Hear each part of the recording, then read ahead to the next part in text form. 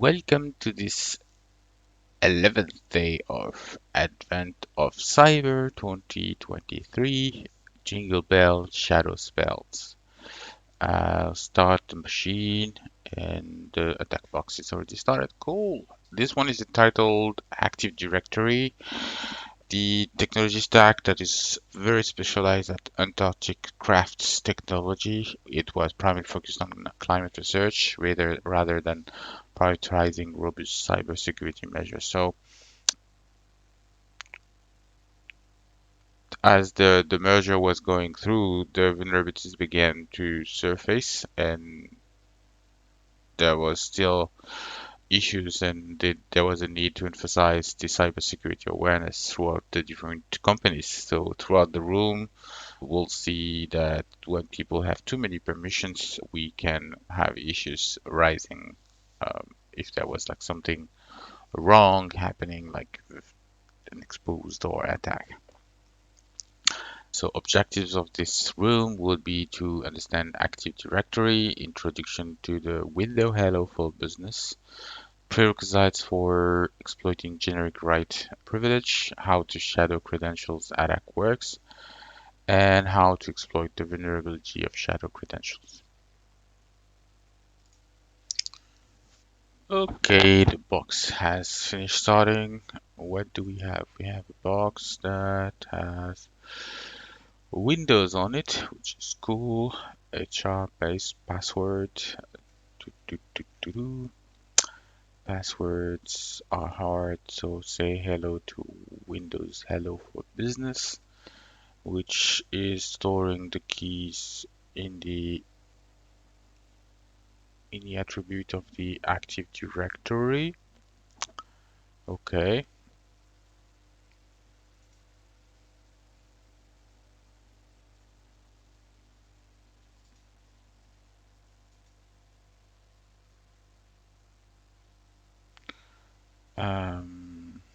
Interesting. Blah blah blah. Enumeration. Now is your chance to shine. Ensure no security misconfiguration. Looking at the shadows. So let's get started by dusting off your magnifying glasses, or mouse pointer. Enumerating the Active Directory for the vulnerable permission is the first step to check if the current user has any write capabilities over any other. We can use PowerShell, PowerView. So that's PowerView. Okay.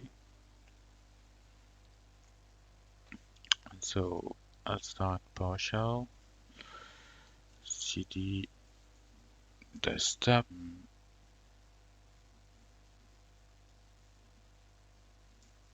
PowerShell.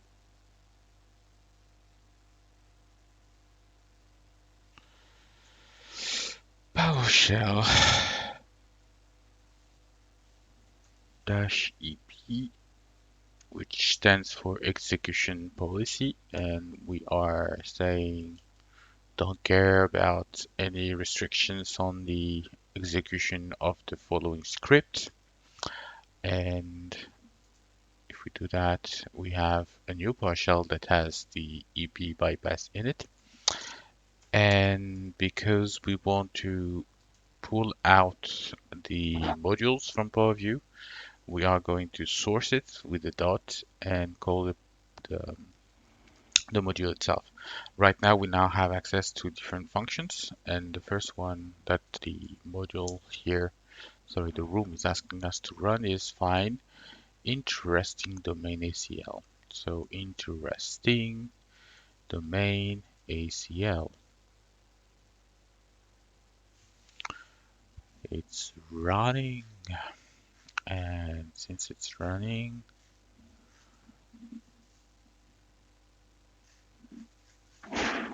okay, we have a few entries.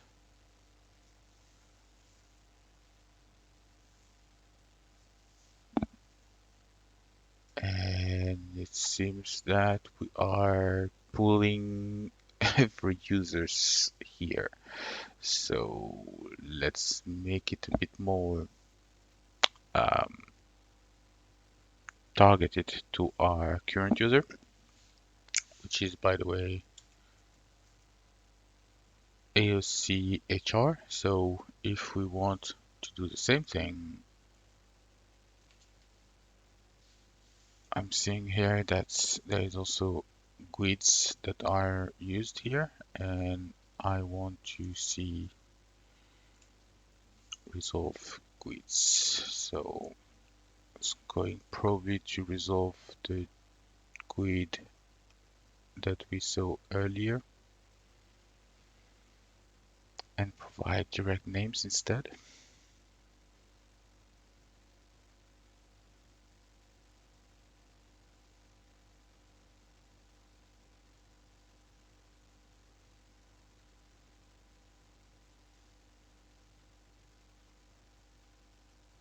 Okay, so now I want,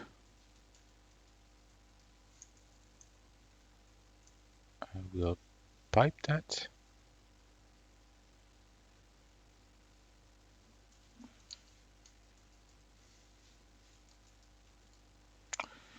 where object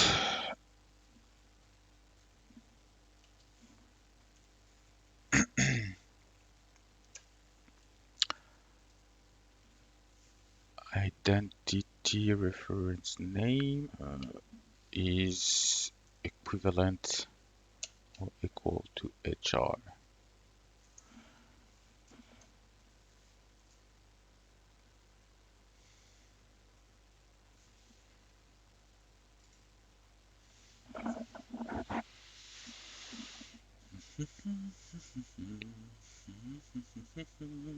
Which is the last one, by the way. But now we should have only one object listed.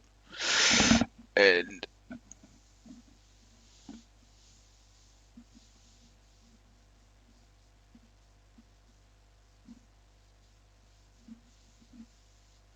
there we go. And we don't need all that crap on the side. We just need identify reference name,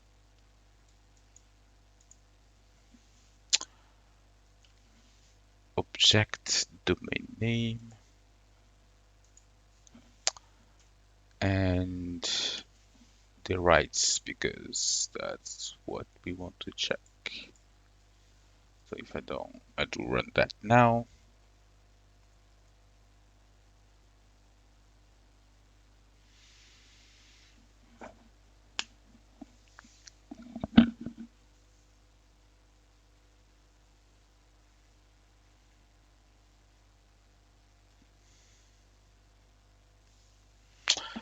I do see that I have list children, read property, and generic right, which is problematic, I guess, because the account, if it's compromised, can actually write the certificate or anything, change the credentials basically. So we'll see next. Exploitation, one helpful tool for abusing the vulnerable privilege is Whisker, C# utility created by Shamir.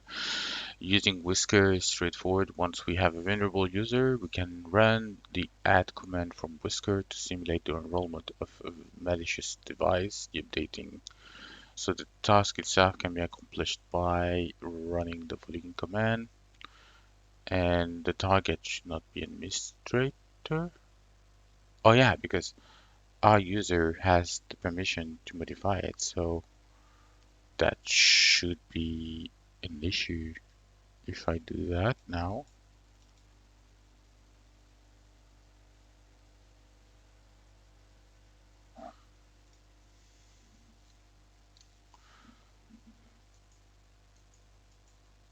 So it's not administrator that we want, but HR.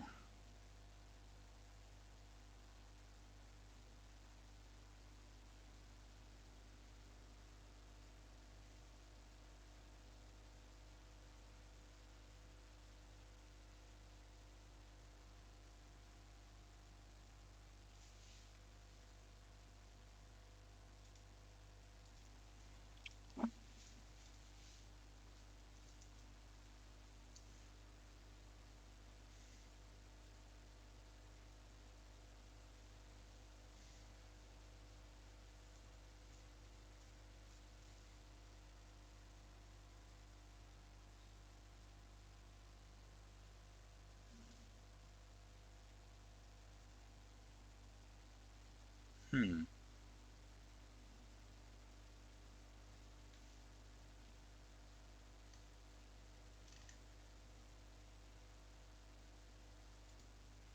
Okay. Rereading the thing, we have a target, which is administrator for the generic command. Oh wait, okay, object DN. Okay. We have right on Van Sprinkles, so that's the one we should put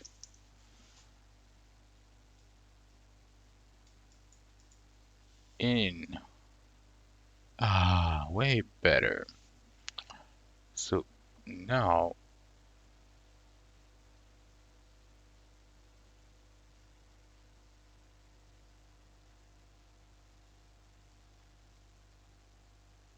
okay, it's using Ruberus, which is a tool that interact and exploit Kerberos tickets. We have like silver tickets, golden tickets, and all these kind of things. So the pasta hash and all these kind of vulnerabilities that are usually done on a Windows environment. And because we have generated a certificate, that means we can run Rubius with the data that we have. So,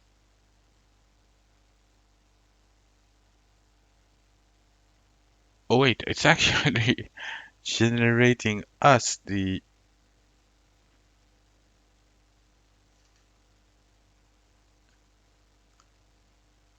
it's generating us the actual command to run. So,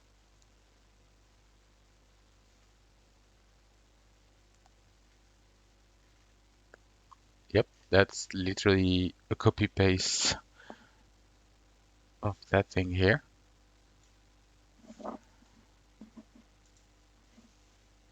Dot slash paste.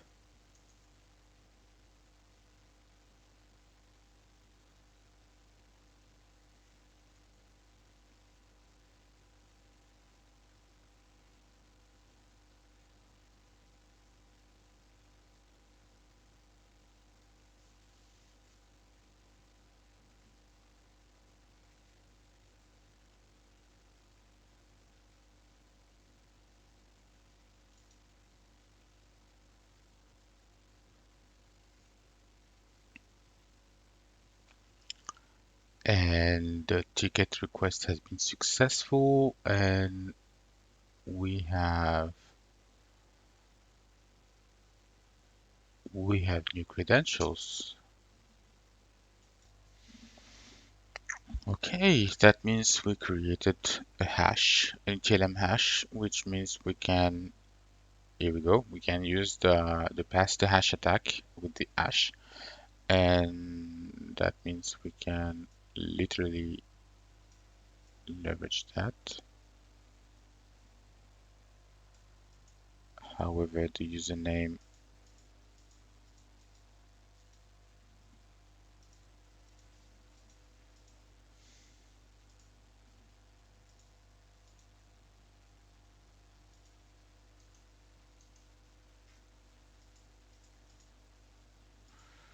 the username is going to be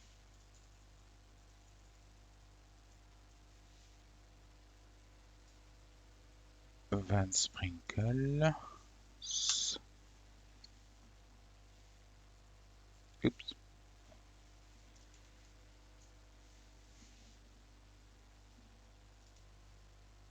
Oh, yeah. Did I start my attack box because the evil arrow. Okay, since I have a small issue with my attack box, so I started VM for Kali, and I'm now running directly the OpenVPN version of it. So it's like being able to access that. So if I do ping with the IP of our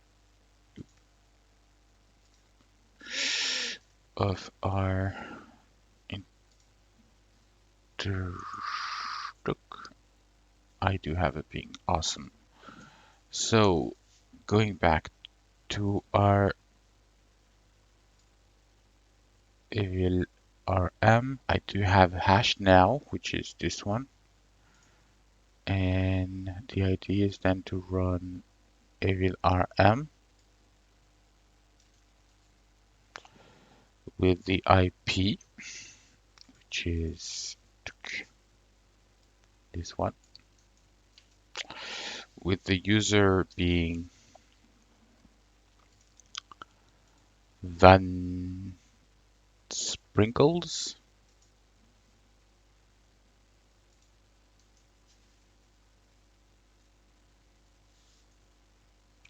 And we want to pass the hash of our NTLM that we did. So it's not dash I, but dash H.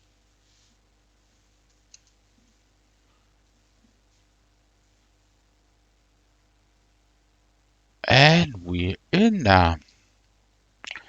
That's dear. Awesome. So now we are in the documents folder. We need to go check elsewhere. Dear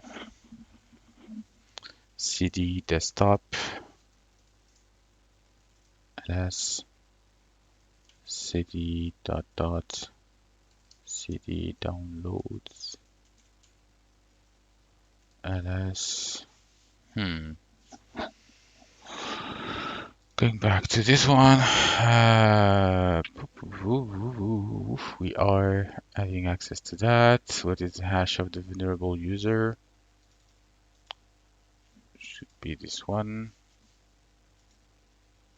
Yes.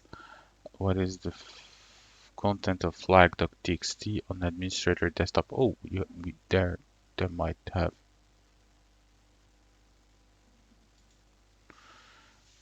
So if we go there, dear cd administrator cd desktop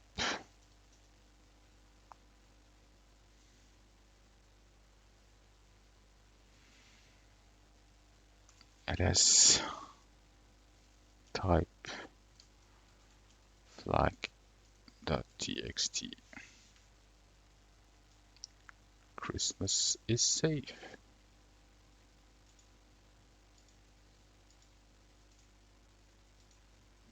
And there we go.